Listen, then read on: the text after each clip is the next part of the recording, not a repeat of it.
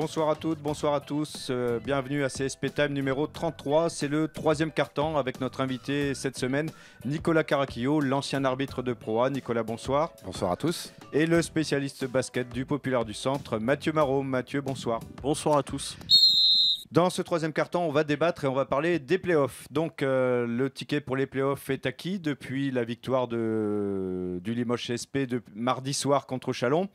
Et maintenant, donc, cette place est acquise, mais à quelle place et face à quel adversaire?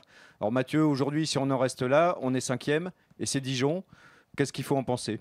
Il faut en penser qu'il faudrait pouvoir conserver cette cinquième place, je pense. Parce qu'aujourd'hui, la priorité, je pense, c'est d'éviter les deux ogres que sont Villeurbanne et Monaco. Deux équipes qui paraissent taillées pour le titre et qui, sauf catastrophe, devraient se retrouver en finale. Qui sont premier et troisième. Première et troisième, ouais, sachant que Monaco peut encore doubler Nanterre.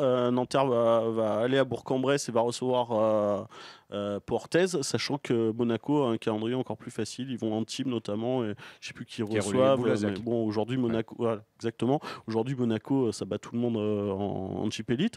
Donc je pense qu'il faut s'atteler à éviter ces deux équipes à tout prix.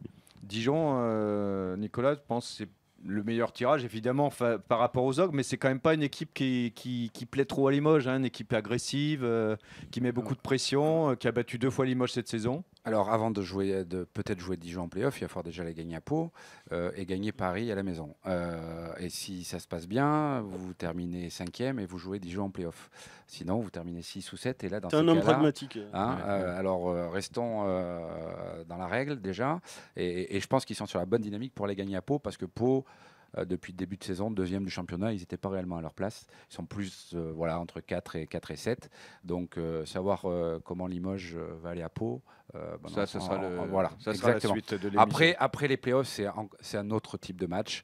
On est dans l'intensité physique. Donc, Dijon, c'est une équipe ultra défensive. Mais qui s'est attaqué quand même. Ouais, qui s'est attaqué, mais d'abord qui défend fort, qui use physiquement. Donc, après, moi, Dijon a toujours bien réussi pour Limoges, hein, c'est vrai.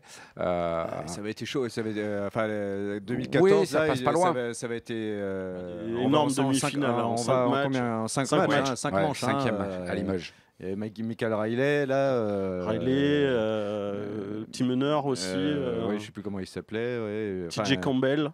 Exact, ouais. Harris en poste 4, il y avait une belle équipe. Avec un super meneur à Dijon. Pas réellement des gros pivots, mais qui sont partout, qui sont sur les aides défensives, qui trappent, qui ont vraiment une structure de jeu très intéressante. Mais bon, c'est l'école. Il y a un bon coach aussi. Hein, ouais, c'est l'école Lunam, c'est l'école de Jean-Louis Borg à Toulon. Donc voilà, ils ont toujours travaillé de cette façon-là et ça fonctionne. Donc après, je vous dis, si on termine déjà 5 dans le championnat, ça sera déjà une super performance vu le contexte qu'ils ont connu. Performance. Après, c'est pas non plus, pas non plus une victoire, Nicolas. C'est vrai qu'elle a été compliquée cette saison d'un point de vue extra sportif. Maintenant, à Limoges, on a déjà vu par le passé que les joueurs arrivaient à en faire abstraction. Terminer 5e quand tu possèdes le 4e budget du championnat, c'est pas non plus un exploit. Mais bon, faire les playoffs, c'est un objectif pour moi minimum. Maintenant, mais bon, c'est pas passé loin. C'est pas passé loin. Il y a un mois. Il perdait 1 ou 2 matchs, il sortait vite et Boulazac passait devant. Cette saison, on est passé par tous les états. Hein. On a dit les playoffs, c'est demi-finale, c'était minimum. Après, il n'y aurait pas de playoffs. Après, si, évidemment, on les aura. De nouveau, il n'y en aura plus. Donc, effectivement, il y a quand même, malgré tout, Nicolas a un peu raison. Vu la saison, on va pas dire c'est presque miraculeux de finir 5e, mais c'est quand même. Je suis d'accord avec ça. Maintenant, je pense que pour un club comme le CSP, ça doit pas être une fin en soi. Y être arrivé, c'est très bien au regard de cette saison et de tout ce qui s'est passé. Terminer à la 5e place, c'est bien. Maintenant, moi j'attends un peu plus et je pense que tout va dépendre un peu de l'adversaire que prendra le Limoges CSP en quart de finale. C'est pour ça que les deux derniers matchs de la saison régulière sont importants à Pau et face à Levallois, parce que si tu termines 5e, Dijon, c'est pas forcément l'adversaire idéal. Moi, selon moi, l'adversaire idéal, ça fera peut-être pas plaisir et c'est une équipe compliquée à jouer, mais ce serait peut-être plus Nanterre par rapport à la physionomie de ce CSP. Ouais, mais toujours pareil, Nanterre va terminer 2 ou 3, on ne sait pas trop. Après, si Nanterre, on fait des projections parce qu'on est obligé à 2 journées de la fin. Si Nanterre parvient à termine 3, se fait doubler par Monaco, et que toi, si jamais tu perds un match, tu peux très bien terminer 6. Et selon moi, il vaudrait mieux prendre une équipe comme Nanterre qu'une équipe comme Dijon. Donc il faut perdre un match. Ouais, mais tu peux pas calculer comme ça, je suis d'accord. Je te parle juste de profil d'adversaire. On l'a vu sur cette saison, le Limoges CSP a toujours eu du mal face à des équipes qui l'ont agressé. Ils ont eu du mal face à l'Asvel, ils ont eu du mal face à Monaco, et ils ont eu beaucoup de mal face à Dijon. Alors que contre Nanterre, ils s'en sortent avec une victoire, une défaite, il me semble. C'est un profil. Et une victoire en Leaders Cup. Et une victoire en Leaders Cup. C'est un profil qui convient un peu mieux. Après, maintenant, je dis pas que Nanterre, c'est bon à prendre. Hein. S'ils sont chauds à 3 points, ça peut être un calvaire aussi. Ouais. Mais alors, après, la peste et le choléra. Après, il y a effectivement le profil de l'adversaire, mais il y a aussi le profil de Limoges. Et quand on arrive en play-off, je pense plutôt à un profil de mental. Est-ce qu'aujourd'hui, on peut être assuré que Limoges a un mental pour aller batailler en play-off? Ouais, déjà, je pense qu'en étant à 7 joueurs, ça va être, la fin de saison va être compliquée. Il faut vite réintégrer Axel Bouteille. Ce qui semble le cas, a priori. Bon. C'est pas des blessures longue durée, Mathieu. Normalement, ça devrait rentrer. Même Damien Inglis pourrait prochainement rentrer. Bon, il y a le cas Samardo aussi à régler, qui revienne vite. Est-ce qu'il a envie de jouer ou pas? Je ne sais pas.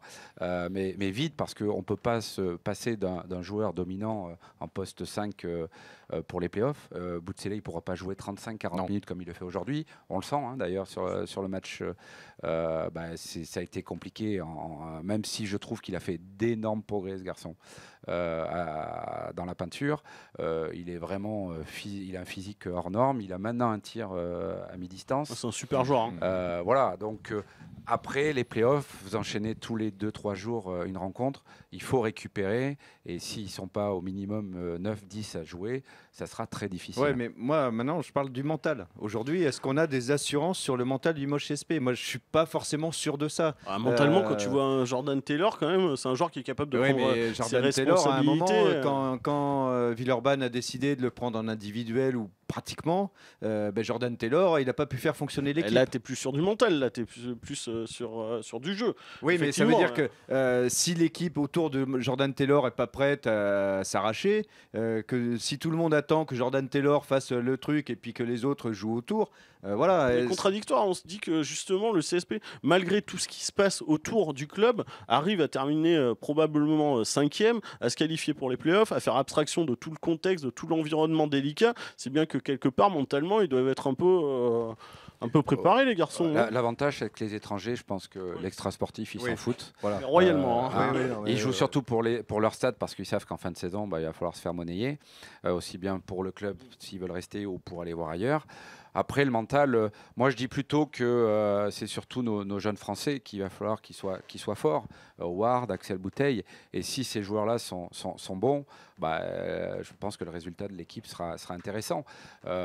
Après, je vous dis, les matchs de play-off sont complètement différents. Il faut rentrer dans une autre mentalité. C'est ça, c'est cette bascule. Effectivement, tu as raison, Mathieu. La dynamique, elle est bonne. Il y a les victoires, etc. Bon, regardons le calendrier aussi. Il était un peu.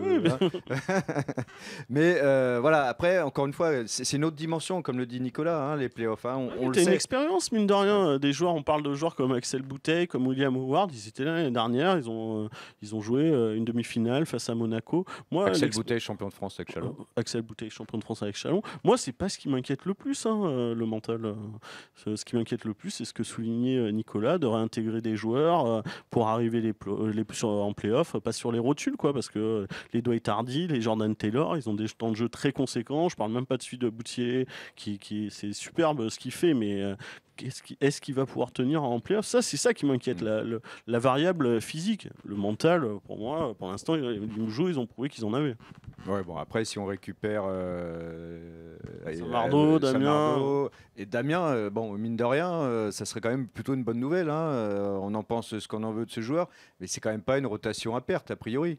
C'est quand même pas un mauvais joueur, Damien Inglis. Maintenant, dans quel état il va revenir? Mine de rien, ça fait un petit moment qu'il joue plus, donc je sais pas dans quel état il est. Mais Damien Inglis, le basketteur, c'est quand même un client, c'est quand même un bon joueur qui va apporter défensivement, qui va être dans un registre que n'a pas aujourd'hui le Limoges CSP. Donc ça peut que être une valeur ajoutée. Et on sait que sur les playoffs, c'est très important d'avoir des rotations.